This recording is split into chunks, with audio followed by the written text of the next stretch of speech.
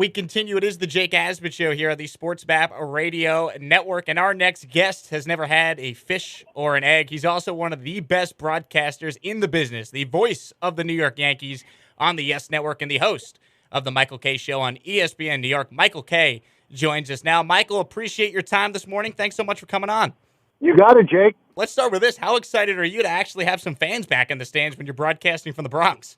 You know what? Very excited. I think that fans might have been taken for granted over the years, but last year was so dystopian. It was so dark. It wasn't what it should have been. And I think that the fans kind of provide the soundtrack and the frame to the game. And also it helps an announcer too. So, that's the least of the worries though, just to see people back and us returning maybe to a sense of normalcy. That's the most important thing. When you look at this Yankees team, what is the biggest question surrounding the 2021 Yankees? I think probably their pitching, their starting pitching, and most definitely Kluber and Tyone. I mean, the two of them combined for one inning last year, and that was Kluber's one inning for the Texas Rangers. So I think they both have incredible upside, but they've got to stay healthy. And another thing that worries me, and I think it worries a lot of teams, you're going to go from a 60-game season to a 162-game season. There's a lot of innings to make. And the only guy the Yankees have penciled in for over 200 innings is Garrett Cole. Everybody else, Domingo Germán missed the entire year. Montgomery didn't pitch. He pitched some in the 60-game season, but remember, he's coming out Tommy John surgery.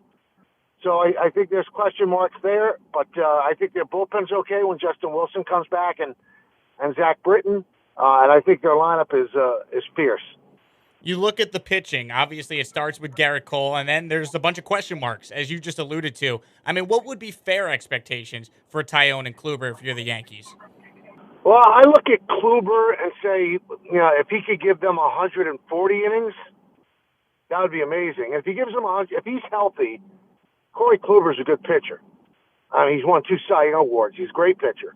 Tyone, that's anybody's guess. I mean, it's the second Tommy John surgery he's coming back from. So I don't know if anybody knows what to expect. I mean, if you get 120 innings out of him, because they've already tipped the hand a little bit, he's going to be skipped the first time through the order. So right at the beginning, Jake, they're going to manage innings. They have to. But the thing they have going for them is that they have reinforcements. Davy Garcia, then once June or July hits, you're going to have Severino coming back. So that's the way they'll manage those innings, I think.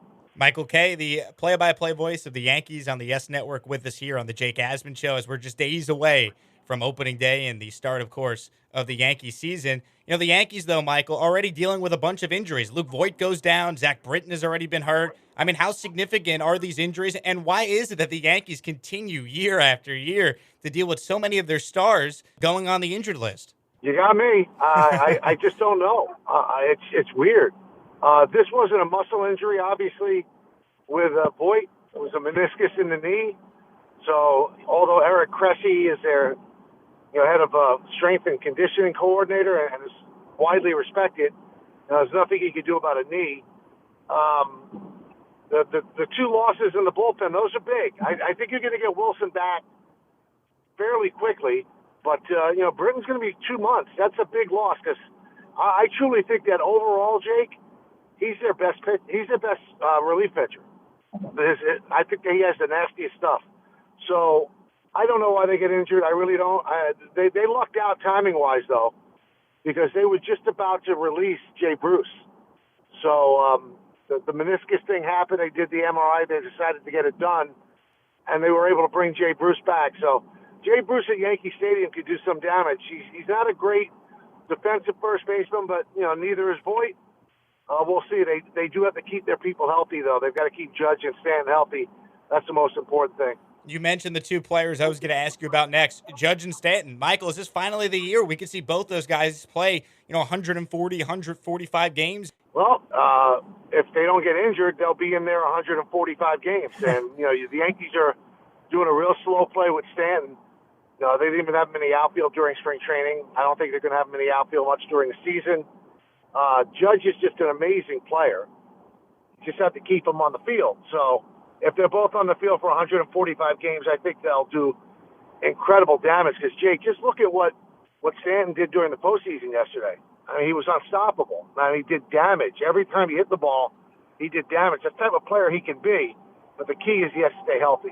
The thing I'll say about Judge and Stanton with their injuries, they have not missed, that much playoff time. I know in 2019, Stanton tried to come back and he got hurt, but Judge has been there. Stanton carried them last year. It's just the key with them, and the frustration for every Yankee fan is the talent's there. It's just they can't stay on the field. It's so frustrating. Well, I mean, it's imperative, Jake, for Judge to stay healthy over these next 2 years because he's going to be a free agent. Yep. And if the Yankees are going to commit long-term to him, I mean, they've got to think that he could be on the field at least for 140 games a year. I mean, if you want to know what Aaron Judge is, look at 2017. That's what Aaron Judge can be.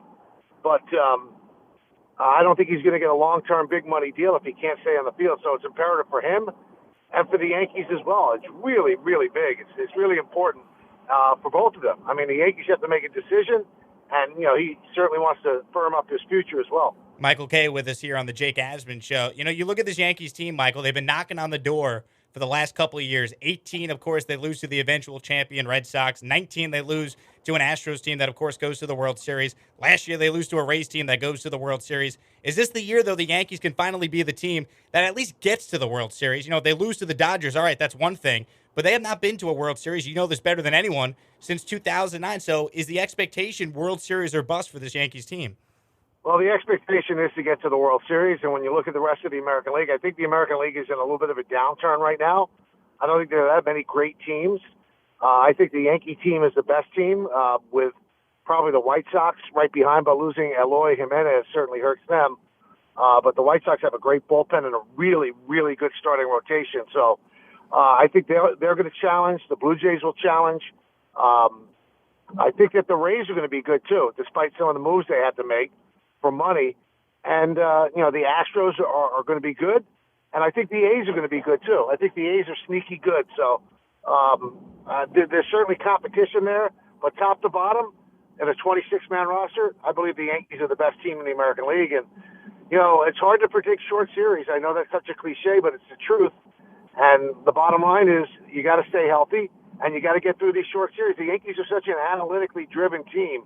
And analytics really don't work that well in short series. They work better in long sample sizes, big sample sizes. And the bottom line is, best of 5 or best of 7, anything can happen. And usually the analytics don't always play out. The other team that you cover in Queens, you talk about them all the time on your radio show on ESPN New York, the New York Mets. Expectations for them, Michael, do you look at it like, hey, they're certainly capable of being a playoff team? Do you think they put it all together and get back into the playoffs? I love their offense. I really do. Their offense is great. And if baseball would smarten up and actually put the DH in the National League, they'd be even better. Because then Dominic Smith would be the first baseman and Pete Alonso would be the DH. But there's a couple of things that worry me about the Mets. Losing Carrasco for a couple of months, that's a big blow. Because if you look at their starting rotation, it's 2 guys. It's DeGrom and it's Stroman. After that, well, we're going to have to see how David Peterson, if he comes back the way he did last year. And then you've got guys like Lucchesi, and there's a lot of question marks. A lot of question marks. And another question mark with the Mets with me, and it's always that way, they really have a suspect defense. And that's been Sandy Alderson's way in building teams. He doesn't seem like he cares about defense as much as he cares about offense, and I think that really hurts them. Now, they went up a big quantum leap at shortstop because Lindor's a Gold Glove winning shortstop, so that's going to help. But the bottom line is everybody else, Alonso's not a great first baseman. Their third baseman is a huge question mark. Dominic Smith is not a great left fielder. Nimmo's a better left fielder than he is a center fielder. Conforto's good and right, but they do have a fair amount of question marks defensively. They did get better catcher. Obviously, McCann is better than Ramos, but that's a lot of big I wonder if in their defensive schematic. So I think they're going to have to address that at some point. Michael Kay with us here. Michael, as we wrap up, let's talk about you for a moment. How special was it to get a chance to do not 1 but 2 spring training games with your old radio partner on the Yankees radio broadcast, John Sterling? It was great. It really was. We had not worked together in 20 years, which is amazing. But the 10 years we worked together, we got to call 5 World Series, 4 champions. So, just bringing back those memories. The only thing I wish that we could have done differently, but obviously the times dictate otherwise. I wish we could have been in the same room together, in the same booth, because we were working remotely. I was from my house, he was from the studio. So there was a lot of steppage. But I hope people understood that and just kind of enjoyed the nostalgia a bit, because I know I did, for doing the game. This might be the toughest question I ever ask you, Michael. What is your favorite John Sterling home run call? You know what? I guess because I was the first, I was in the booth with it. The only time he ever did any signature calls, Jake, with me was Burn Baby Burn. That's it, in 10 years. Since then, it's become a cottage industry. So I'll go with the first, because you never forget your first. There you go. You're going with the original. And then finally, Michael, I got to ask you about the Michael Kay Show. Don LaGreca, your great co-host for all these years. I've been listening to you guys since 1947, as you know. Are you concerned, though, that Don LaGreca is going to steal your play-by-play gig after you let him do a couple innings when you, Peter, and Don, of course, did a spring training game on Yes as well? Well, I got to tell you what, and I'm being totally honest, I thought he was outstanding. He's a great hockey play-by-play guy. But, if anybody needs a baseball play-by-play guy, he obviously can do it. I don't know if he'd want to do it. He'd have to move unless he got the Yankee or Met gig. So I think he could do anything. He's done football. He's done hockey. I'm sure he could do basketball. But he proved he's got unbelievable pipes, and he just had a nice rhythm to his call. So I was thrilled to let him do that. I had told him I was only going to let him do a half inning or have him do a half inning.